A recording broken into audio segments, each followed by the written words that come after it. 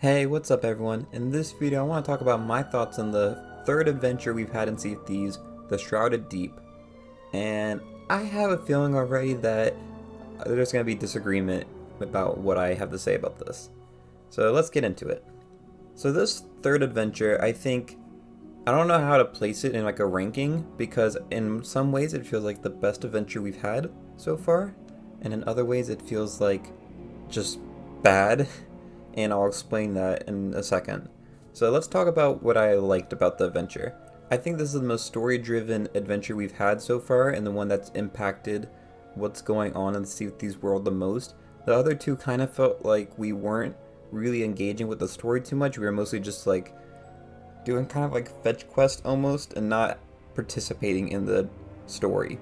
This one, we are a very active part in the story, and I also liked how this led right into the new Pirate Legend voyage that came out with the Legend of the Veil. So that's really cool to have like new content plus an adventure at the same time. Both are connected to each other, and I think that was really well done. The other thing that I think was really good about this one is it felt unique. So when I say that, when we talk about the first and second adventure, both of those kind of were just regular things that you can do in Sea of Thieves, just based in the adventure. So like, say the last one.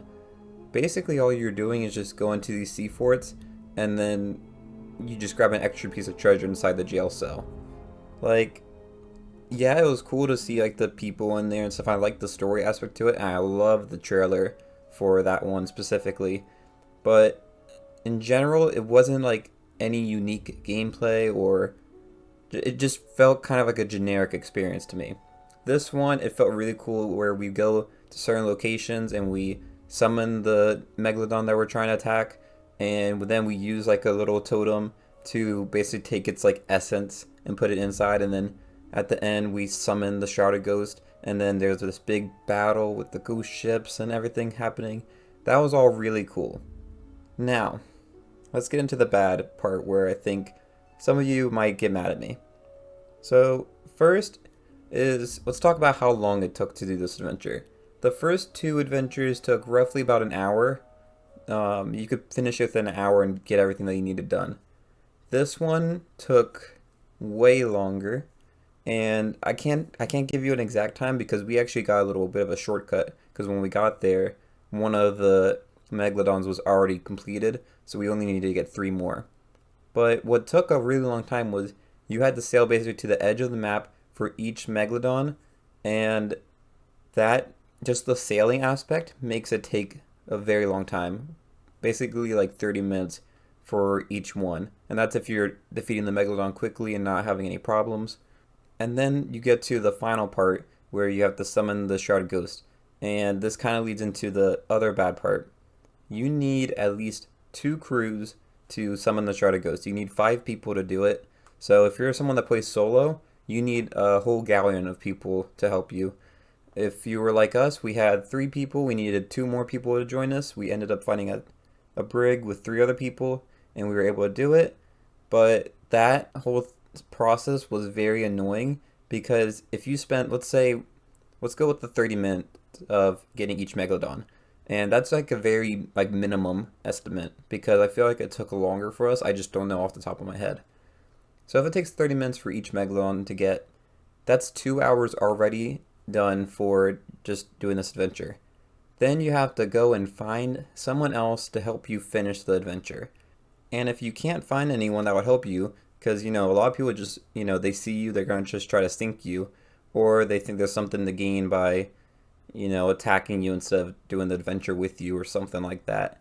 So those are a lot of big problems. And I think if you don't do the adventure like the first day or 2, you are not going to get this done. Like if you're doing the adventure like now, I think you're going to have a hard time getting someone to help you. Unless someone's like really nice and they're just like nearby and you've already completed the rest of the stuff that's needed for it, then you'll probably get their help. But if you're trying to start from scratch and get someone to help you and stuff, I don't think you're going to be able to do it.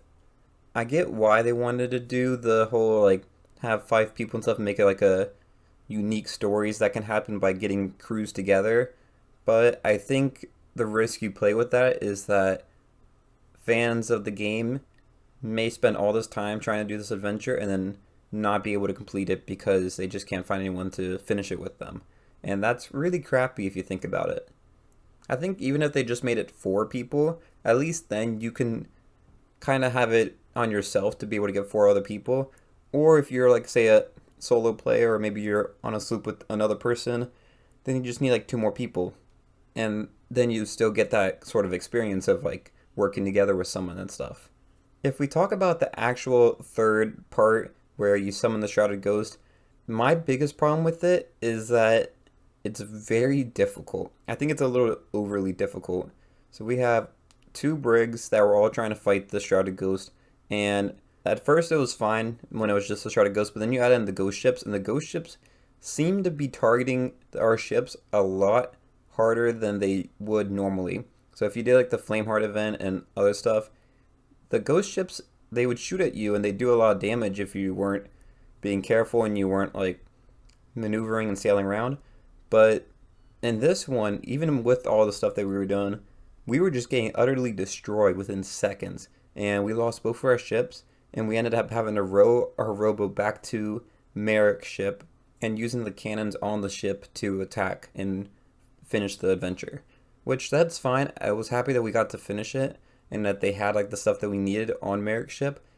But it was just still like very aggravating to lose our ship and stuff. And it's not so much to lose the ship, but lose it so quickly. I think it was like a matter of like 30 seconds. It felt like it was completely destroyed. We even went so far to have the other crew that was working with us bring their ship back, and it got sunk again. So we felt really bad for them. Now with that said, I don't want it to be like super easy. I enjoy like having a bit of a challenge, and that's nice. I just think the ghost ships were just a little too OP with this one. I think they could have, taken down their aiming ability. In terms of the rewards, I'll go ahead and talk about that now. I think the figurehead's pretty cool. I don't know if I'd really use it, to be honest. It wasn't something that I particularly was that big a fan of, but I prefer getting like a figurehead over, say, a sword, or I think the first one was a compass. Actually, the compass is still my favorite one of the 3 that we've gotten, but that's just because of how unique and cool it looks.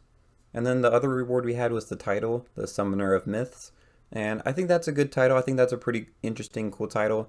And the thing I liked about this one that I wanted to mention is it was a lot easier to obtain compared to Adventure 2. Because Adventure 2, we had the problem where like the same prisoners were showing up at multiple forts. So you basically have to just keep grinding out the adventure over and over to get all the prisoners that were missing.